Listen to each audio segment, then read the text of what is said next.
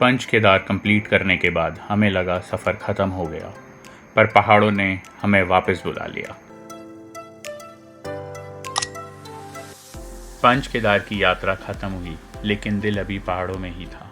लगता था सफ़र पूरा हो गया है, पर शायद पहाड़ों ने अभी हमें रोका हुआ था। कल्पेश्वर के बाद अब बारी थी उन मंदिरों की जिनके बारे में सिर्फ सुना था। ध्यान बद्री, योग बद्री और भविष्य बद्री। हर मंदिर तक पहुंचने का रास्ता अलग था, लेकिन एक चीज़ हर जगह सेम थी, वो थी शांति, जो शायद सिर्फ पहाड़ों में मिलती है।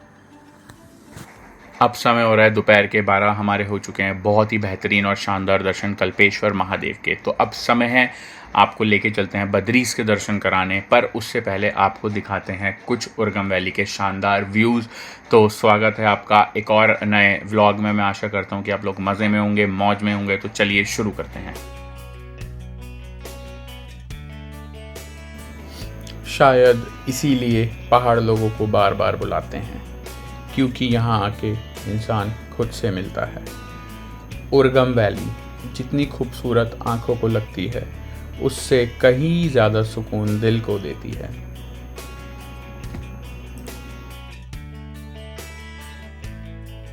हर महादेव।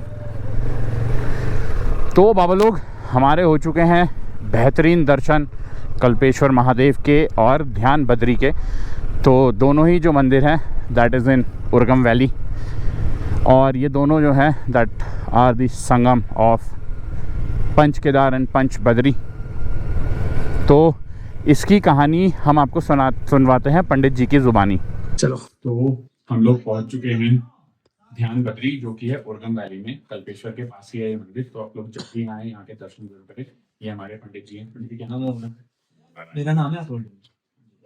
जटिमरी बचपन का मित्र है जटिमरी। जटिमरी है? नहीं है मेरा मित्र। हाँ, यहीं कहीं का है वो। मैं हाँ। पूरी गांव तो आए नहीं उसके। मनोज डिमरी। तो हाँ जी, पंडित जी बताएंगे हमें। तो जय बद्री विशाल। जय बद्री विशाल। आप आए हैं वो पंच केदार और पंच बद्री का संगम है। पंच केदार में भगवान कल्पेश्वर महादेव की और पंच बद्री में भगवान ध्यान। यहाँ पे जब पंच पांडवों ने पंच केदार की यात्रा यहाँ पे जब विराम की थी, भगवान शिव ने पांचवा केदार के दर्शन जटारोप में किए थे। तो भगवान शिव ने पांडवों ने बोला कि भाई जो हम पे बोल रहे थे कुल हत्या, गुरु हत्या, इसका पाप तो आपने नष्ट कर दिया। लेकिन जो हमने महाभारत कालीन में अकाल मृत्यु मारे गए थे हमसे, तो उनको मोक्ष प्राप्त हुई थी, उनकी सदगति हुई थी। तो भगवान शिव बोलता है कि भाई मैं मोक्ष का अधिकारी हूँ, मैं भौतिक सुख को देने वाला, मैंने आपके पाप को नष्ट कर दिया। लेकिन मोक्ष देने वाले भगवान नारायण ने यस्य स्मरण मात्र जन्म संसार वंदना, जिनके स्मरण मात्र से जन्म और संसार के बंधन से मुक्त होते हैं, वही आपके जो पूर्वज हैं उनको सदगति दिला सकते हैं, मोक्ष दिला सकते हैं। इसलिए पांडव भगवान शिव ने उनसे बोला कि मार्गदर्शन दिया कि आप यहाँ पे भगवान नारायण जी का ध्यान कीजिए। हम नारायण जी का ध्यान करेंगे तो बहुत समय बीतेगा, और आपके हृदय में भगवान नारायण जी और नारायण जी के हृदय में आप विराज।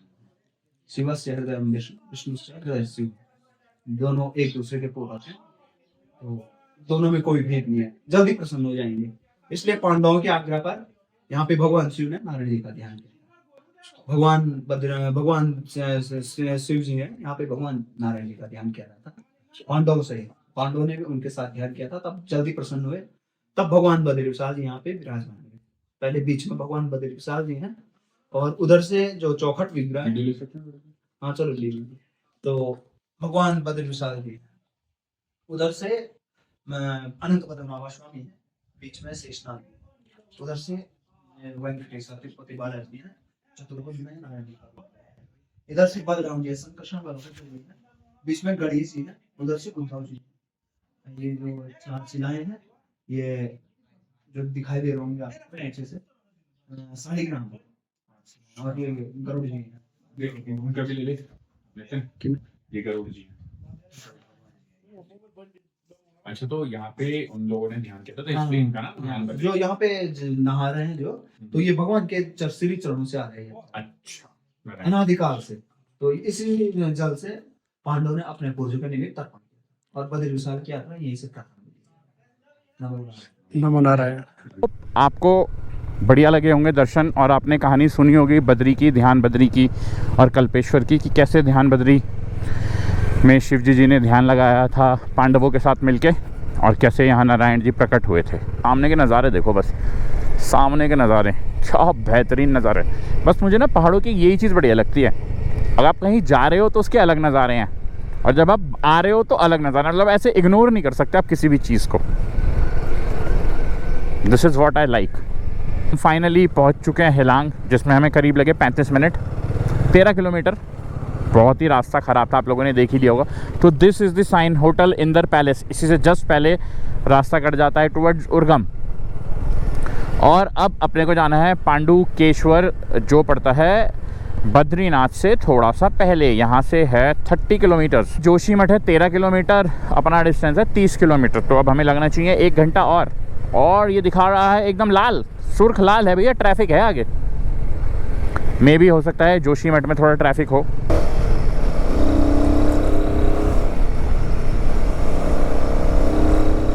तो दोस्तों जल्दी जल्दी फॉलो कर लो, और बढ़िया बढ़िया कंटेंट आने वाला है आपके लिए अगले कुछ समय में।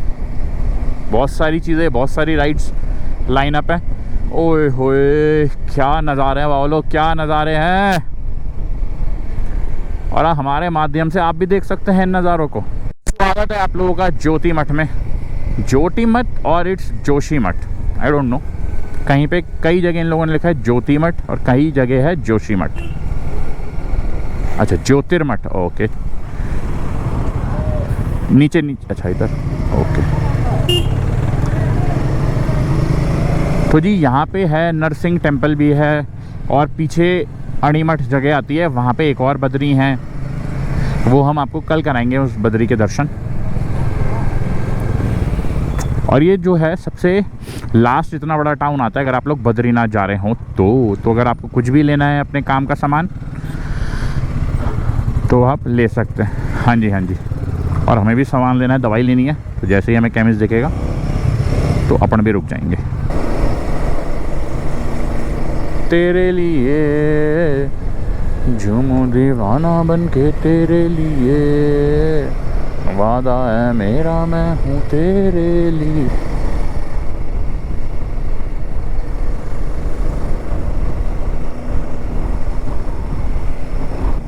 This is Govind Ghat. यहीं से आप राइट जाएंगे तो Hemkund Sahib and valley of flower के लिए यहीं से ट्रैक शुरू होता है। 3460 is the height. This is the Vijay हमारा है बाबा दिस। यहीं से नीचे जाके अपना शुरू हो जाता है, गोविंद घाट है नीचे, और नीचे गुरुद्वारा है। यहीं से अपना पीछे valley of flowers and Hemkund Sahib ji के लिए आप लोग चले जाएंगे।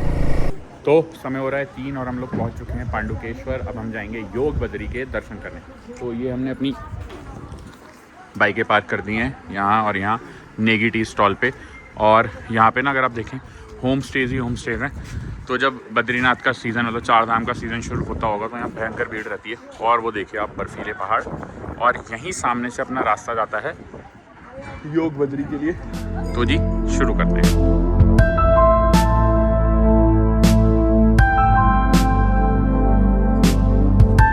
हम लोग पहुंच चुके हैं योग ध्यान बद्री, और आप देखिए कितना सुंदर लग रहा है मंदिर, बिल्कुल पुराना मंदिर है।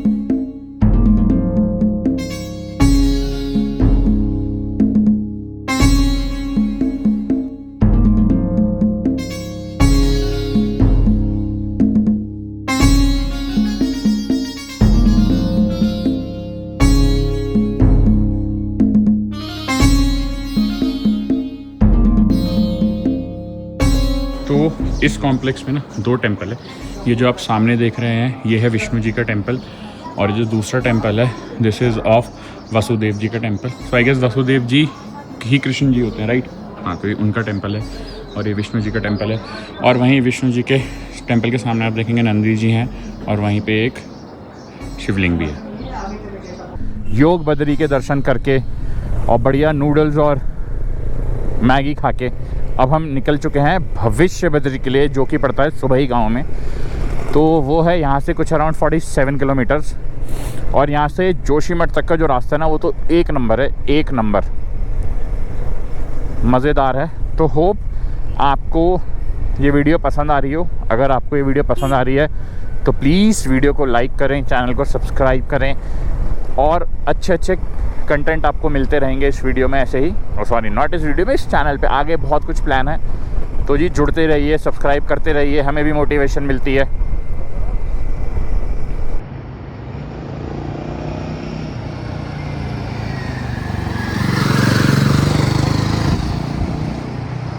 अब लोग आप देख सकते हैं सामने जोशीमठ दिख रहा है और इतना सुंदर लग रहा है ना वो, मतलब मैं ना बता नहीं सकता आप लोगों को कितना अमेजिंग लग रहा है। और अचानक से वो टर्न के बाद एकदम से दिखाया और बहुत ही सुंदर है वो, और उस पर पड़ रही है ना धूप, ओए होए होए क्या चमक मार रहा है वो, अमेजिंग। और दिस इज़ द स्पॉट। जब हम सबसे पहले 2022 में 4 धाम करने आए थे तो यहाँ मेरे जो को राइडर थे ना, उनका गिरा था फ़ोन एग्जैक्टली यहाँ पे, और हम जोशीमठ पहुँच गए थे। तब हमें याद आया था कि हमारे पास तो फ़ोन ही नहीं है, और किस्मत हमारी इतनी अच्छी थी कि वो हमें वापस मिल गया। विष्णु प्रयाग, तो आप लोग देख सकते हैं ये है विष्णु प्रयाग, ये है सामने विष्णु प्रयाग का मंदिर। राइट साइड से आ रही है गंगा और इधर से आ रही हैं अलकनंदा, तो वो है मधुर गंगा शायद या शिव गंगा हैं वो, उनमें से कोई एक नदी, और ये दोनों यहाँ मिलके हो जाती हैं अलकनंदा। बहुत ही शांत और बढ़िया जगह, छोटी सी जगह विष्णु प्रयाग, एक टेम्पल है। तो आप लोग आएँ, यहाँ जा सकते हैं, नीचे उतर के देख सकते हैं। वैसे नीचे कुछ है नहीं जो आपको यहाँ से दिख रहा है, वहीं नीचे से भी वही दिखेगा आपको, बट बहुत ही बढ़िया। हाँ, यहाँ स्नान करने का कोई घाट नहीं है।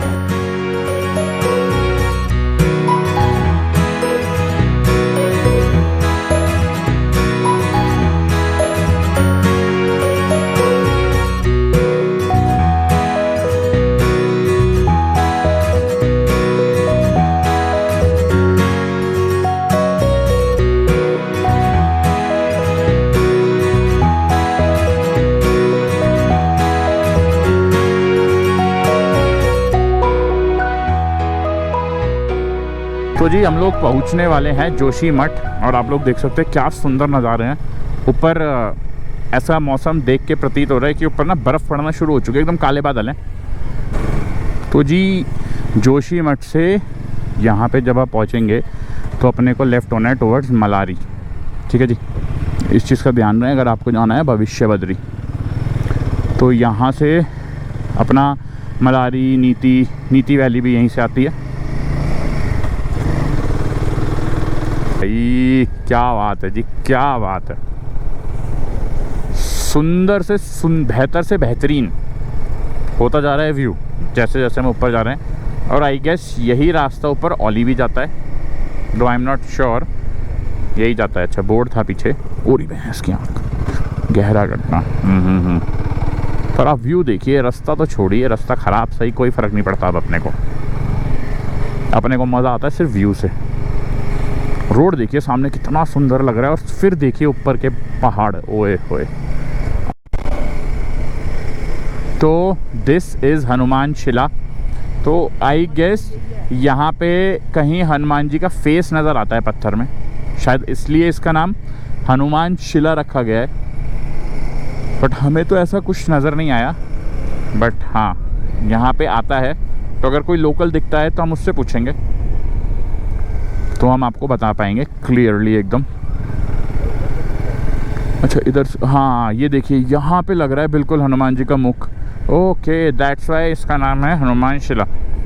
लोग अभी तपोवन क्रॉस करने के बाद भविष्य बद्री के लिए टर्न होता है राइट, उस पर टर्न हो गए हैं, और अब आप रास्ता देख सकते हैं। इनिशियली तो बिल्कुल ही खड़ी चढ़ाई है, और यहाँ से ना जो भविष्य बद्री है that is only 11 kilometres, but उसका जो टाइम दिखा रहे हैं ना वो अभी भी हमें मैप में दिखा रहे हैं 59 मिनट। पता नहीं भैया क्या रास्ता है, पर लोग तो कह रहे थे कि रास्ता अच्छा बना हुआ है।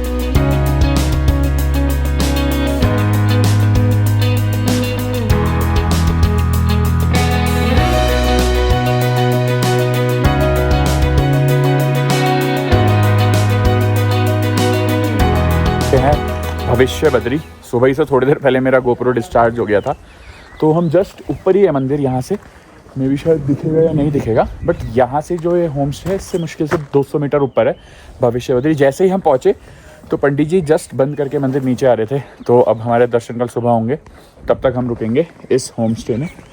एंड ये है न्यू भविष्य बद्री होम स्टे, और यहाँ के आप लोग नज़ारे देखो यार, क्या सुंदर जगह है। इधर ऊपर बादल लगे हुए हैं काले काले, बहुत ही अमेजिंग। और सिर्फ यहाँ एक ये होम स्टे और नीचे इनका शायद घर है, दैट्स इट। ये देखिए क्या बेहतरीन शांति वाली जगह है, मज़ेदार मज़ेदार। ठंड बहुत शानदार हो रही है। तो अब हम करते हैं आराम, और कल कराएंगे आपको भविष्य बद्री के दर्शन। मतलब हम लोग करेंगे कल, आपके होंगे इसी वीडियो में थोड़ी देर बाद।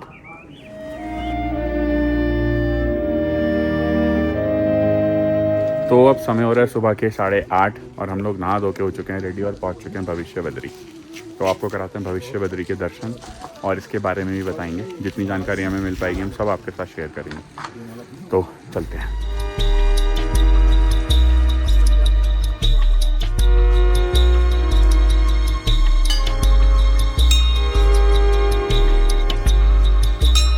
वाले भविष्य में भगवान बद्री विशाल जी के दर्शन इसी स्थान पे होंगे। तो यहाँ का जिक्र हमारे वेद पुराणों में पहले से लिखे गए हैं। जो सनातन धर्म के 4 वेद 18 पुराण है, उसमें एक पुराण आता है स्कंद पुराण। तो इस स्कंद पुराण के भविष्य केदार खंड में भगवान बद्री विशाल के साथ साथ भविष्य बद्री का जिक्र आता है। वहां पर उल्लेख मिलता है कि जोशी मठ में जो नरसिंह मंदिर है, वहां पर भगवान नरसिंह की एक भुजा, बाईं भुजा धीरे धीरे क्षीण होती जा रही है। तो एक समय ऐसा आएगा कि वह पूरी तरह से खंडित हो जाएगा, और बद्री विशाल में 2 पवित्र पर्वत है जिसे नर और नारायण कहते हैं, वह आपस में मिल जाएंगे। उसी को उपरांत कहते हैं कि बद्री विशाल से भगवान नारायण जी अंतर ध्यान होकर इसी स्थान पर अपने संपूर्ण चतुर्भुज रूप में विराजमान होंगे। तो जैसे जैसे बद्री विशाल का समय पूर्ण होते जा रहा है और भविष्य बद्री का समय निकट आते जा रहा है, तो यहाँ पर जो भगवान का विग्रह है, भगवान के विग्रह में धीरे धीरे समय अनुसार परिवर्तन देखने को मिल रहा है, और नीचे गर्भ से ऊपर की ओर बढ़ रहे हैं प्रत्यक्ष हो रहे हैं। तो यहाँ पर बीच में साक्षात भगवान बद्री नारायण जी है, और भगवान के बाएं भाग में माता लक्ष्मी जी का स्वरूप दिखाई देता है।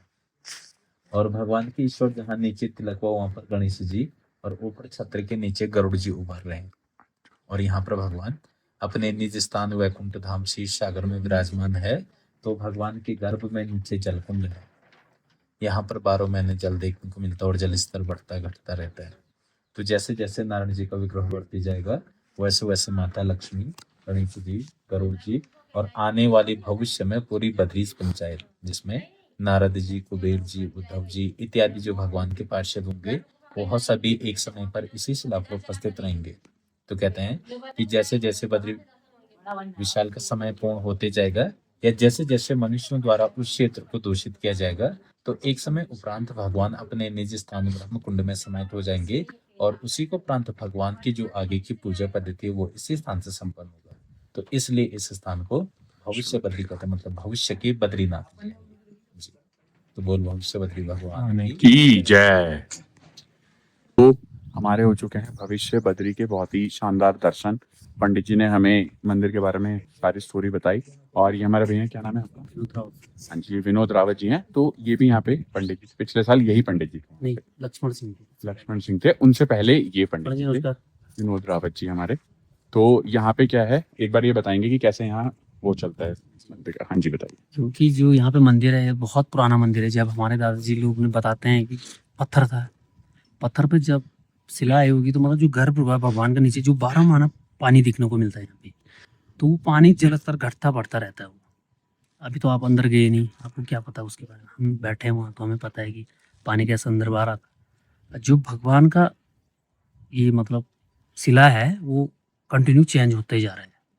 जिस पे पहले भगवान जी की जो माथे पे चंदन लगाया आपने देखा होगा, तो उस पे माला नहीं जाता था, नंबर 1 पॉइंट।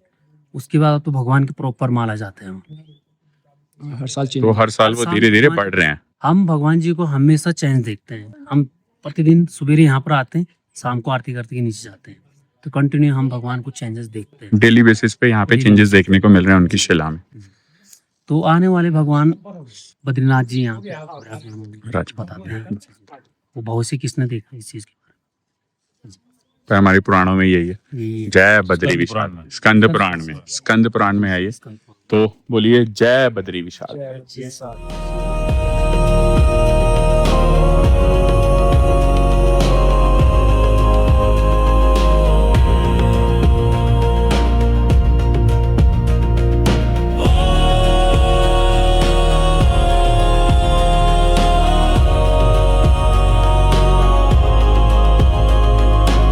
इसी के साथ अपने भविष्य बद्री के भी दर्शन पूरे हो चुके हैं।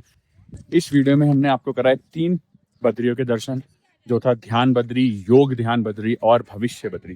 तो आशा करता हूँ आपको ये वीडियो पसंद आई होगी, और अगर आपको ये वीडियो पसंद आई है तो प्लीज़ लाइक करें, चैनल को सब्सक्राइब करें। और अगली वीडियो भी हम सुबह ही से ही शुरू करेंगे। ब्रेकफास्ट करने के बाद हम अगली वीडियो शुरू करते हैं सुबह ही से। इसमें हम आपको बचे हुए बद्री कराएंगे। तो इसके साथ मेरे सारे बद्री भी पूरे हो जाएंगे। ये यात्रा बहुत ही शानदार रही, केदार भी पूरे हो गए और मेरे बद्री भी पूरे हो जाएंगे। बोलो हर हर महादेव, जय बद्री विशाल।